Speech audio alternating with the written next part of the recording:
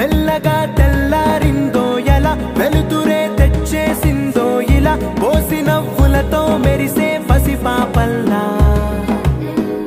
చేదతో బావులలో గలగల చెరువులో బాతుల ఈతల కళ చేదుగా ఉన్న వేపను నమిలే వేళ చుట్ట పొగ మంచుల్లో చుట్టాల పిలుపుల్లో మాటలే కలిపేస్తూ మనసారా మమతల్ని పండించి అందించు హృదయం నడితో సంగీతం పలికించే సెలయేళే